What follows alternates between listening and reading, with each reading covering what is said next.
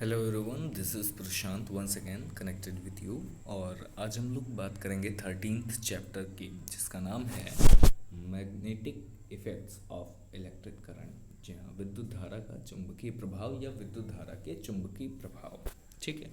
अब इसमें होता क्या है, बेसिकली हम इतना जानने की कोशिश करेंगे इस अध्याय में कि इस चैप्टर में ये जानने की कोशिश करेंगे कि जो आखिर इलेक्ट्रिक करंट है, उस इलेक्ट्रिक करंट से क्या कोई मैग्नेटिक इफेक्ट क्रिएट किया जा सकता है, और अगर हाँ तो वो कैसा हो सकता है और कैसे होगा, है ना। और उसके क्या क्या प्रभाव पड़ेंगे। ठीक। वो चुंबकीय प्रभाव क्या होगा, कैसा होगा, कैसे उत्पन्न किया जाएगा, उसका बिहेव कैसा रहेगा, उसका नेचर कैसा रहेगा, और इसको सबसे पहले किसने महसूस किया, किसने इस पर काम किया। फिर इसी तरीके के कुछ रूल्स इसमें जो आते हैं, जो बेसिक लेवल पर इम्पोर्टेंट होते हैं क्लास 10th लेवल पर। तो ये छोटे छोटे बात हम लोग इस वीडियो में करेंगे। ये इस चैप्टर का फर्स्ट पार्ट होगा video. And this video is sponsored by the Indian educator group Allahabad. And फिलहाल बिना किसी देर के हम लोग शुरू करते हैं आज का ये वीडियो। देखिए, अब जैसे इस चैप्टर में आप लोगों ने नाम देखा ही है कि magnetic effects of electric current. अब इसके बारे में सबसे पहले जब इस चीज़ की बात आती है तो सबसे पहले नाम आता है ऑर्स्टेड का। अब ऑर्स्टेड थे कौन, तो इनका पूरा नाम है H.C. ऑर्स्टेड। ठीक। अब ये कब से कब तक रहे, यहाँ आपको दिख रहा है 77 to 51, यानी 1777 से 1851 के बीच में ये रहे हैं। और उसके बाद में इन्होंने देखा क्या, इन्होंने देखा कि electricity and magnetism are related to each other, and his research later used in radio, television and other systems. समझ में आ रही बात कि इन्होंने इलेक्ट्रिसिटी और मैग्नेटिज्म को एक रिलेशन बिल्डअप करते हुए देखा, एक रिलेशन में देखा। ठीक। और उसके बाद इनकी ही रिसर्च को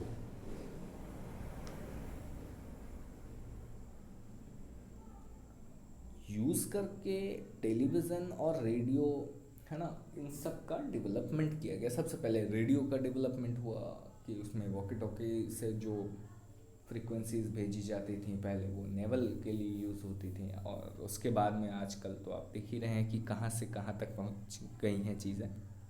फिलहाल अब unit of magnetic field strength is on the name of Oersted in his honour. उन्हीं के सम्मान में मैग्नेटिक फील्ड स्ट्रेंथ MFS का जो यूनिट है, वो यूनिट ऑर्स्टेड है, उन्हीं साइंटिस्ट के नाम पर जिन्होंने इस संबंध के बारे में सबसे पहले बताया था।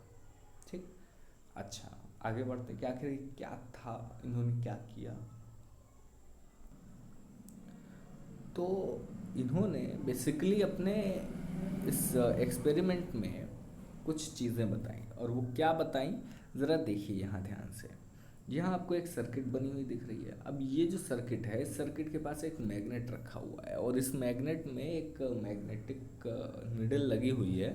वो north south east west sub direction बताती है। और ये कंपास था एक, है ना, मतलब कंपास की तरीके का एक कुछ इंस्ट्रूमेंट वहाँ रखा हुआ था। और उसके पास में ही ये सारी जो इलेक्ट्रिक सर्किट है वो वहाँ पर काम कर रही थी। जैसे ही यहाँ से स्विच ऑन होता, इलेक्ट्रिसिटी जब इधर से ऐसे इस डायरेक्शन में फ्लो होती, और इस इधर से नीचे की ओर जब फ्लो होती इलेक्ट्रिसिटी, एक्स पॉइंट से वाई पॉइंट तक जब इलेक्ट्रिसिटी फ्लो होती, तो यहाँ जो निडल जब नॉर्थ, जानते हैं ना हम लोग की जो है, जो कंपास होता है उस कंपास की निडल हमेशा नॉर्थ डायरेक्शन में ही होती है। लेकिन जैसे ही इलेक्ट्रिसिटी फ्लो की जाती, ये जो निडल सीधे सीधे रहती है, ये सीधे सीधे ना रह करके, ये नॉर्थ में ना रह करके, नॉर्थ की बजाय उस डायरेक्शन में ये ग्लिच करने लगती, मूवमेंट करने लगती, जिस डायरेक्शन में हमारा जो है ये इलेक्ट्रिसिटी फ्लो हो रहा है। ये इधर थी, लेकिन इधर से ये इधर की ओर थोड़ा मूव करने लगती। और आप देख रहे हैं फिगर में इस तरीके के डायरेक्शन में एरो बना हुआ है। ठीक, तो ये सामने से नॉर्थ से ये थोड़ा इस तरफ यानी ईस्ट डायरेक्शन की तरफ मूव करने लगी। ठीक, अच्छा, फिर बाद में इसी चीज़ को पलट कर देखा गया, और जब पलट कर देखा गया सर्किट चेंज कर दी गई, करंट की डायरेक्शन चेंज कर दी गई। और एक और बात की गई कि यहाँ जो ये कंपास था, ये कंपास उठा करके यहाँ भी रख करके देखा इन्होंने। तो जब पहला काम इन्होंने तो यही किया था कि एक बार कंपास यहाँ था, उसके बाद जब इन्होंने देखा तो इस कंपास को उठा करके इधर रख दिया दूर। पहले तो इन्होंने थोड़ा इग्नोर किया, लेकिन जब इधर रख दिया तो इधर भी वही चीज़ हो रही थी, लेकिन फ़र्क कितना था, यहाँ ईस्ट डायरेक्शन में ये निडल मूव कर रही थी और यहाँ ये वेस्ट डायरेक्शन में मूव कर रही थी निडल। ठीक, अब हुआ क्या, हुआ ये कि अब ये बात तो संयोग हो नहीं सकता है कि एक बार ईस्ट में एक बार वेस्ट में मूव करे निडल, है ना। तो इसी ये बात इनको थोड़ी सी खटक गई और इसी बात को भाई साहब ये लेकर के आगे बढ़े और उसके बाद में अपना एक सिद्धांत दिया। और वो क्या था, उसमें इन्होंने अपने सिद्धांत में कहा कि ऑन पासिंग द करंट, यहाँ आप लिखा हुआ भी देख सकते हैं, है ना, ये देखिए लिखा हुआ ना, on passing the current through the copper wire X Y in the current the compass needle which is placed near the conductor gets deflected if we reverse the direction of current. The compass needle deflect in reverse direction. If we stop the flow of current the needle comes at rest. Hence अब इन्होंने ये सारी चीज़ें करके देखी, उसके बाद conclusion क्या निकला, तो कंक्लूड करते हुए इन्होंने बताया कि hence it conclude that electricity and magnetism are linked to each other, यानी विद्युत और चुंबकीय प्रभाव ये दोनों एक दूसरे से जुड़े हुए हैं। इट शोज, और यही दिखाता है, दैट वेन एवर, कि जब कभी the current will flow through the conductor then the magnetic field around it will developer, है ना, magnetic field around it will be developer, मतलब किसी तरीके का भी उसमें कुछ ना कुछ तो डेवलपिंग सिस्टम जनरेट हो ही जाता है। ठीक, कहीं ना कहीं तरीके से अगर इलेक्ट्रिसिटी फ्लो की जा रही है तो उसका जाहिर सी बात है कि वहाँ मैग्नेटिक फील्ड थोड़ी सी डेवलप हो जाएगी। ठीक है, यहाँ डेवलपर नहीं, डेवलप्ड होना चाहिए था, डेवलप, और अगर यहाँ डेवलप्ड होगा तो यहाँ विल नहीं होगा। ठीक है, आगे की बात करते हैं। मैग्नेटिक फील्ड क्या होती है, अब आखिर भाई बात ये भी सही है कि मैग्नेटिक फील्ड क्या होते हैं भाई साहब, चलो ठीक है समझ लेते हैं। इलेक्ट्रिसिटी जानते हैं हम लोग, ये विद्युत है, करंट को फ्लो कर दिया, करंट की डेफिनेशन हो गई, या फ्लो ऑफ करंट या फ्लो ऑफ इलेक्ट्रॉन को हम करंट कहते हैं। ये सारी बात लास्ट चैप्टर में बात कर चुके हैं, अगर आपको नहीं पता है तो आप हमारे लास्ट वीडियो को देख सकते हैं, है ना। अच्छा, अब इसमें मैग्नेटिक फील्ड की तो बात नहीं हुई थी, तो आप आइए इसी में हम बात कर लेते हैं कि मैग्नेटिक फील्ड होता क्या है। So the region surrounding a magnet, basically the region surrounding the magnet is known as magnetic field, isn't it. अब उसमें भी आगे थोड़ी सी बात है, in which force of magnet can be detected. It is a vector quantity having both direction and magnitude। समझ में आ रही बात, ये वेक्टर क्वांटिटी है। ठीक, और इसमें वेक्टर क्वांटिटी क्या होता है, तो वेक्टर क्वांटिटी एक ऐसी क्वांटिटी होती है, ऐसी राशियाँ जिसमें परिमाण एवं दिशा दोनों की आवश्यकता हो, डायरेक्शन भी हो और हमारा मैग्नीट्यूड भी हो। ठीक, उसे हम वेक्टर क्वांटिटी कहते हैं। ठीक है, अच्छा, उसमें जो कंपास में एक निडल होती है उसको हम कंपास निडल कहते हैं। अब वो क्या है, तो it that is a simple bar magnet whose north end is pointing towards north pole and south is pointing towards south pole of the earth।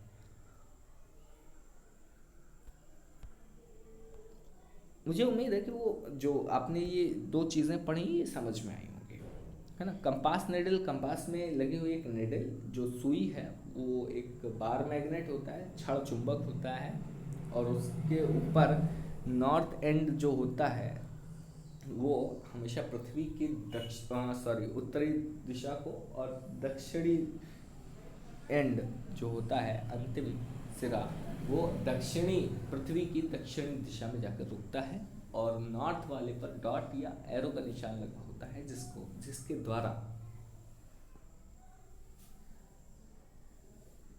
हम ये पता कर सकते हैं कि वो नॉर्थ पोल है या नॉर्थ एंड है और कौन सा साउथ एंड है। ठीक है, आगे की बात करते हैं। अब मैग्नेटिक फील्ड लाइंस क्या होती हैं भाई साहब? मैग्नेटिक फील्ड समझ गए, बार मैग्नेट हमने देख लिया, बार मैग्नेट किस डायरेक्शन में रुकता है यह भी देख लिया, और एक छोटी सी बात और बता दें आपको कि अगर कोई चुंबक के दो ध्रुवों को अलग करने की कोशिश भी करे तो ऐसा नहीं हो सकता है। ठीक है, तो विज्ञान कहता तो है कि कुछ भी संभव है ना, लेकिन अभी तक फिलहाल नॉर्थ और साउथ एंड किसी भी मैग्नेट के ख़त्म करना हो तो केवल एक ही तरीका है, इसके अन्य कोई तरीके डेवलप नहीं किए जा सके हैं, और वो तरीका ये है कि उसकी मैग्नेटिज्म पावर को ख़त्म कर दिया जाए, तो ही हम नॉर्थ और एंड पॉइंट को ख़त्म कर सकते हैं। बिना मैग्नेटिज्म को ख़त्म किए हम नॉर्थ और साउथ पोल को ख़त्म नहीं कर सकते हैं, अलग नहीं कर सकते हैं एक दूसरे से।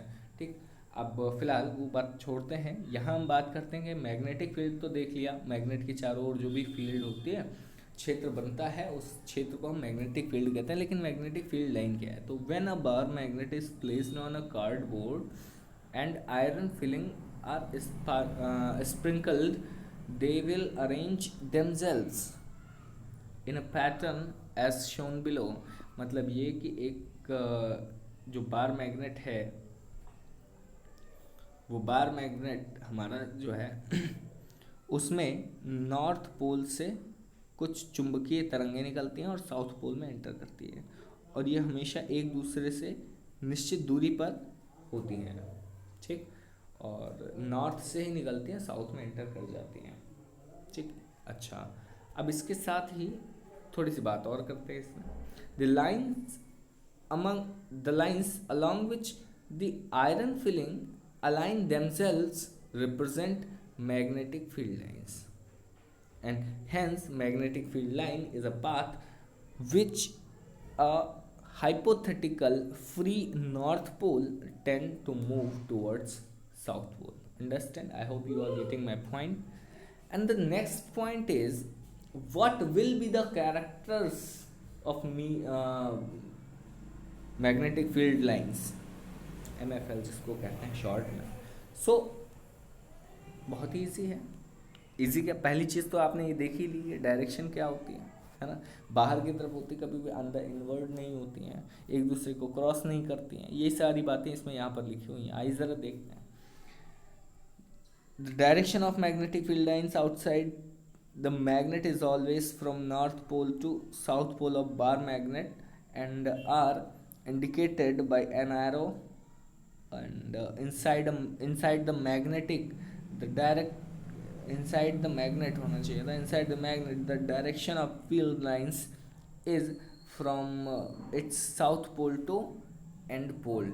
ठीक है, अगर अंदर या नीचे की तरफ की बात करें, सॉरी अंदर की बात करें, तो अंदर तो साउथ से नॉर्थ जाती है, लेकिन बाहर की तरफ अगर कहीं निकलते हुए हमें देखते हैं, ऊपरी सरफेस से मिलेगा तो ऊपरी सरफेस से केवल नॉर्थ से साउथ की ओर जाने को या जाती हुई चीज़ें हम देख सकते हैं। अब इसमें क्या कह रहा है, इसमें एक छोटी सी बात और कही गई है जो अपने आप में थोड़ी सी अहम हो जाती है। These magnetic field lines are closed curves. Magnetic field कैसे होते हैं? एक क्लोज्ड कर्व की तरह होते हैं, एक बंद वक्र की तरह होती हैं। कैसे भाई साहब? यहाँ से निकले ऐसे करके, ऐसे, ठीक है, ऐसे करके एक क्लोज्ड वक्र की तरह होती हैं। ठीक है, कौन? Magnetic field lines. अब जरा इसमें सेकंड पॉइंट की बात करते हैं। The strength of magnetic field is expressed by the closeness of magnetic field lines, and closer lines will be the strength, and the farther lines less will be the magnetic field strength. Understand. अच्छा, अब एक बात और करते हैं। ये बात आपको समझ में आ गई होगी ना कि जितनी फील्ड लाइंस एक दूसरे के पास होंगी उतनी ही ज़्यादा मजबूत होंगी, और जितनी मैग्नेटिक फील्ड लाइंस के बीच में दूरी होगी, दो मैग्नेटिक फील्ड लाइंस के बीच में जितनी ज़्यादा दूरी होगी उतना ही कमज़ोर मैग्नेटिक फील्ड वहाँ पर क्रिएट होगा। अंडरस्टैंड। अब तीसरे पॉइंट की बात करते हैं। तीसरे पॉइंट में क्या कहा गया, चलो देखिए, no two field lines will intersect each other. ये बिल्कुल सही बात है। If they intersect then at point of intersection the compass needle will show the direction of magnetic field which is not possible. Understand। यहाँ ध्यान से देखिए कि कभी भी संभव नहीं है क्या कि दो मैग्नेटिक फील्ड लाइन एक दूसरे को इंटरसेक्ट कर दें। मान लिया ये कभी ऐसा हो भी जाता है, देन क्या होगा, तो the compass needle will show two direction of magnetic field. और क्या करेगी कंपास निडल, क्या करेगी, तो वो दो डायरेक्शन शो करेगी, एक दूसरी तरफ का एक दूसरी तरफ का, ठीक है। और इसमें वो डिफ्लेक्ट करने लगेगी एक जगह पर पर्टिकुलर तरीके से, वो वहाँ सेटअप नहीं हो पाएगी। वो कभी ऊपर कभी नीचे कभी इधर उधर दोनों की तरफ भागेगी, इधर भी और इधर भी, ठीक है। और दो डायरेक्शंस कोई भी कंपास निडल के लिए शो करना इजी नहीं होता, वो फ्लक्चुएट किया करेगी, हिला करेगी आगे पीछे, ठीक। अब बात करते हैं magnetic field due to current carrying conductor. अब ज़रा देखिए, ये वही ऑस्टेड वाले इफेक्ट से ही रिलेटेड है। यहाँ पर करंट इधर से है, आप देख रहे हैं ए वाले फिगर में ऐसा कुछ करंट फ्लो हो रहा है, और बी वाले फिगर में इधर से इधर की तरफ हो रहा है, इसमें इधर से इधर की तरफ हो रहा है, ठीक है। और इसमें उल्टा है। तो जैसे ही हम इसके पास अपना कंपास लेके आते हैं तो इसके नॉर्थ और साउथ पोल की डेफिनेशन बदल जाती है, ठीक। जिस डायरेक्शन में हमारा करंट फ्लो हो रहा होगा ये उस डायरेक्शन में नॉर्थ पोल को खींच करके रख देगा। और यहाँ भी देख लीजिए, यहाँ इधर हो रहा है तो ये निडल इधर की ओर मुड़ गई है, नॉर्थ को उसी डायरेक्शन में ये फ्लो करा देगा जिस डायरेक्शन में करंट फ्लो हो रहा है, ठीक है। आगे बढ़ते हैं। अच्छा, उन दोनों फिगर्स से हमने समझा क्या, तो हमने यही समझा कि the above electric circuit in which a copper is placed parallel to a compass needle and shows the deflection in needle gets reversed when the direction of current reversed and hence the electricity and magnetism are related to each other, है ना। इसमें कोई ख़ास बात नहीं थी, है ना। आगे बात करते हैं RHT रूल। अब RHT रूल ये अपने आप में बहुत ज़्यादा अहम हिस्सा है इस पूरे चैप्टर का। अगर बोर्ड एग्ज़ाम से रिलेटेड है तो बहुत बहुत ज़्यादा अहम है, और बाकी एग्ज़ाम्स के लिए तो इम्पॉर्टेंट है ही। Right hand thumb rule. अब ये राइट हैंड थंब रूल होता क्या है, तो इसकी अगर हम बात करें तो it is a convenient way of finding the direction of magnetic field associated with current carrying conductor. मतलब कंडक्टर लगा हो या कंडक्टर में जब करंट फ्लो हो रहा हो उस समय हमारे मैग्नेटिक फील्ड की दिशा क्या होगी, हमारी जो मैग्नेटिक फील्ड है वो मैग्नेटिक फील्ड किस डायरेक्शन को शो करेगी, इस बात को जानते हैं। आइए, तो ये यहाँ पर ऐसा कुछ बताया गया था फिलहाल, है ना। अब इसमें क्या कहा गया कि hold the straight wire carrying current in your right hand such that thumb point towards the direction of current when your folded fingers around the conductor will show the direction of magnetic field, ठीक है। बहुत ही simple है। अगर कहीं current flow, आपको मुट्ठी बांधनी है, ठीक। आपने मान लिया मुट्ठी बांध ली, ठीक। और मुट्ठी बांधने के बाद जो आपका अंगूठा है वो कुछ इस तरीके से हो गया, ठीक। अब इस तरीके से जो आपका अंगूठा है ये अंगूठा ऊपर की तरफ तो ही है, ठीक है। अब ये अगर अंगूठा ऊपर की तरफ है तो इससे हमें पता क्या चला, बेसिकली इतना जानो कि अगर हम अंगूठे को जिस भी डायरेक्शन में रखेंगे, अगर हमारा कोई भी डायरेक्शन हो, तो बाकी बची उंगलियों का जो भी डायरेक्शन होगा वो होगा हमारी मैग्नेटिक फील्ड का। समझ में आ रही बात? अगर हम मुट्ठी बंद करके अंगूठे की डायरेक्शन को हम सेट कर दें किस तरफ, करंट के डायरेक्शन की तरफ, ठीक है, तो बाकी बची हुई जो उंगलियां हैं जो अंदर की तरफ मुड़ेंगी वो मैग्नेटिक फील्ड की या मैग्नेटिक फील्ड लाइंस की डायरेक्शन या मैग्नेटिक फील्ड डायरेक्शन शो करेंगी। अंडरस्टैंड? मुझे उम्मीद है कि आपको समझ में ज़रूर आया होगा। ना समझ में आया है तो आप इसके फिगर को देख लीजिएगा, ठीक है। इसे ही मैक्सवेल्स स्क्रू क्रॉक स्क्रू रूल कहते हैं, यानी कि मैक्सवेल का पेंच सिद्धांत भी कहते हैं। पेंच सिद्धांत भी वही है कि अगर हम ऊपर की तरफ पेंच टाइट करते हैं और बाहर की तरफ या नीचे की तरफ पेंच को खोलते हैं, तो ऊपर की तरफ डायरेक्शन होती है किसकी? अगर ऊपर की तरफ करंट फ्लो हो रहा है तो जो है जिस दिशा में हम पेंच टाइट करने के लिए घुमाएंगे उसी दिशा में हमारी मैग्नेटिक फील्ड लाइंस काम करेंगे, ठीक है। Magnetic field due to current through straight conductor. अब इसकी भी बात कर लेते हैं कि ये स्ट्रेट कंडक्टर लगा हुआ है तब क्या होगा।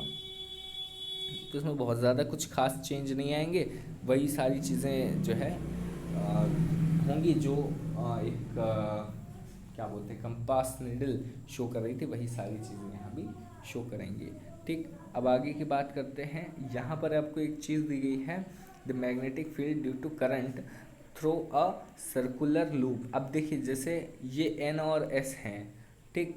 अब एन और एस में कहीं से कुछ भी, मतलब ये हमारा एक बेसिकली सर्किट है। एक मिनट, ये हमारा एक, अरे यार, ये हमारा एक सर्किट है भाई साहब, है ना, और यहाँ से हमने बैटरी से इसको जोड़ दिया है।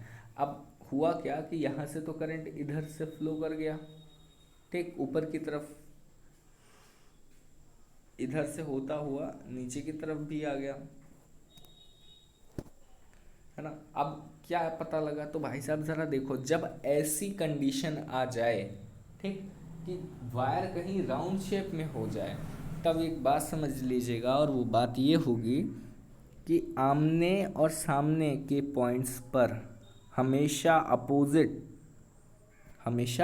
अपोजिट ही जो है डायरेक्शन ऑफ मैग्नेटिक फील्ड मिलेगी, ठीक है। चलिए ये छोटी सी बात है, मुझे उम्मीद है समझ में आ गई होगी। अब बात करते हैं सोलेनोइड की। सोलेनोइड क्या होता है? तो सोलेनोइड बेसिकली एक कॉइल है जिसको किसी एक धातु के चारों ओर लपेट करके उसे उसका विद्युतीकरण या उसमें चुंबकीय प्रभाव प्रवाहित किया जाता है।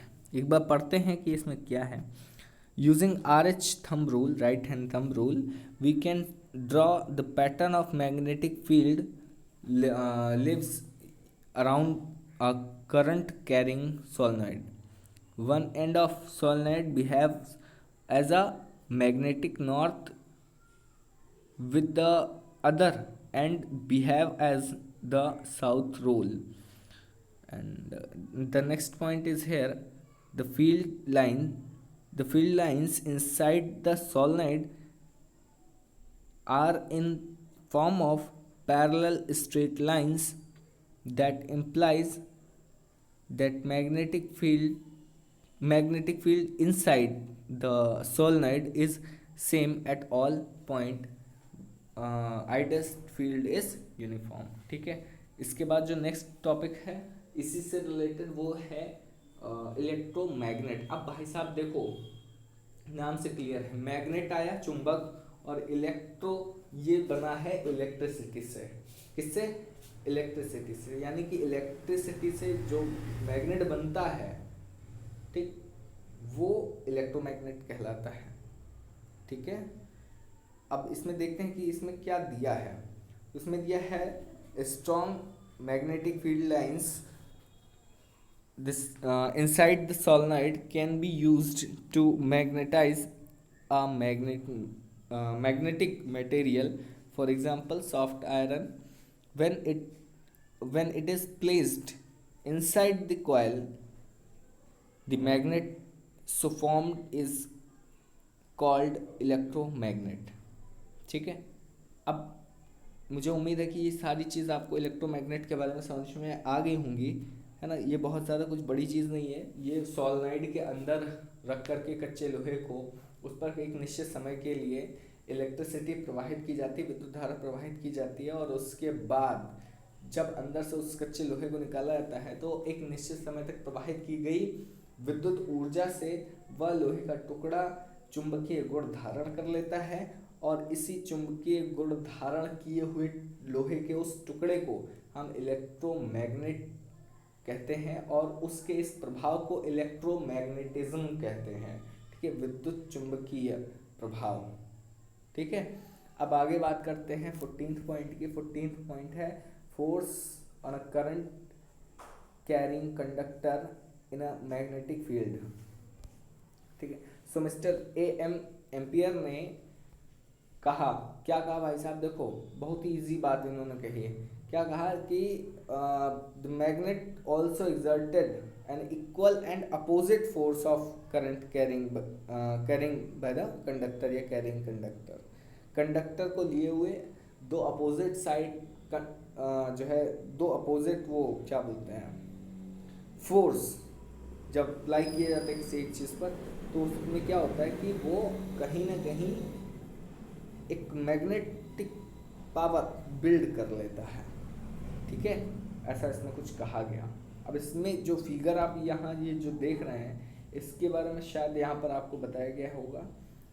अब इस फिगर को देख करके हमको क्या एहसास होता है, क्या महसूस होता है, हमने क्या सीखा, तो we can say that we will observe।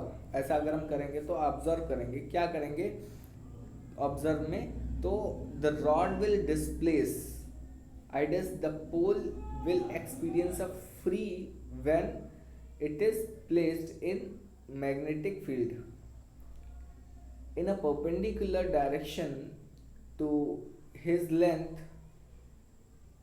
The direction of exert force will be the reversed if the direction of current through the conductor is reversed।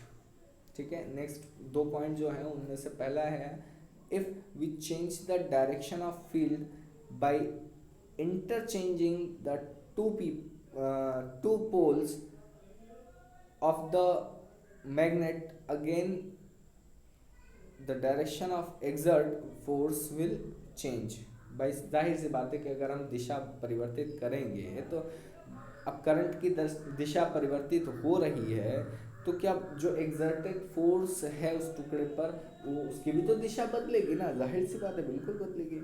अब आगे की बात करते हैं कि इसमें जो है, जो हमारा LHF रूल है, right hand Fleming rule, LHF rule, वो LHF रूल या LHR क्या कहलाता है, या फ्लेमिंग रूल क्या है, तो इसको याद करने के लिए देखिए बेसिकली हमारा काम क्या है, हमें ये समझना होगा कि इसमें तीन चीज़ें ही पूछी जाती हैं। ठीक, कि भाई करंट किधर किस डायरेक्शन में है, चुंबकीय प्रभाव या क्षेत्र किस में है, किस दिशा में है, और बह किस दिशा में रहा है।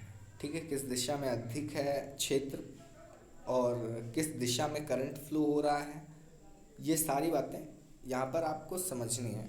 अब लेफ्ट हैंड थंब रूल या left hand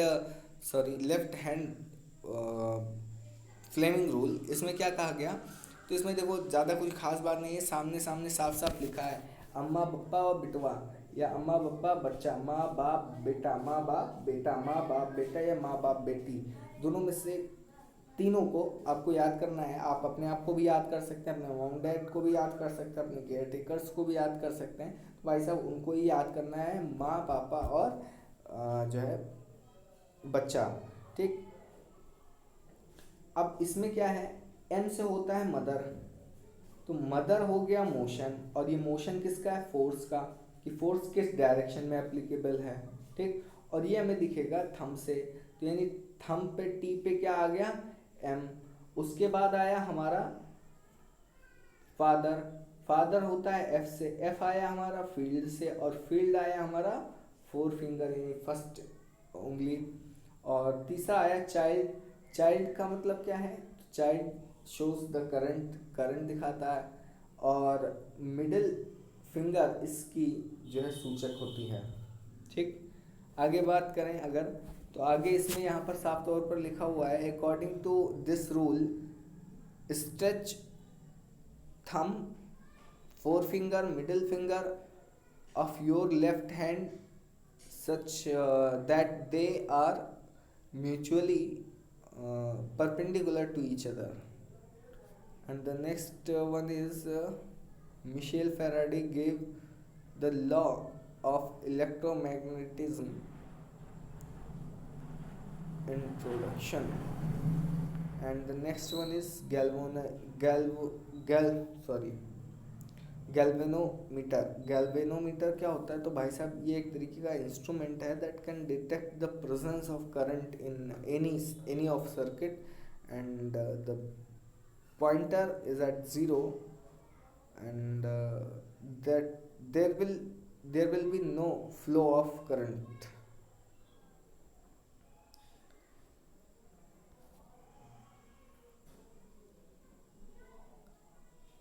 If pointer defect on either side of left, this will show the direction of current respectively.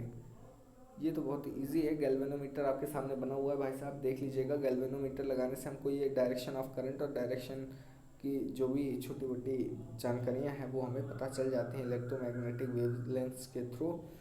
और उसके बाद यहाँ हम बात करते हैं इलेक्ट्रोमैग्नेटिक इंट्रोडक्शन।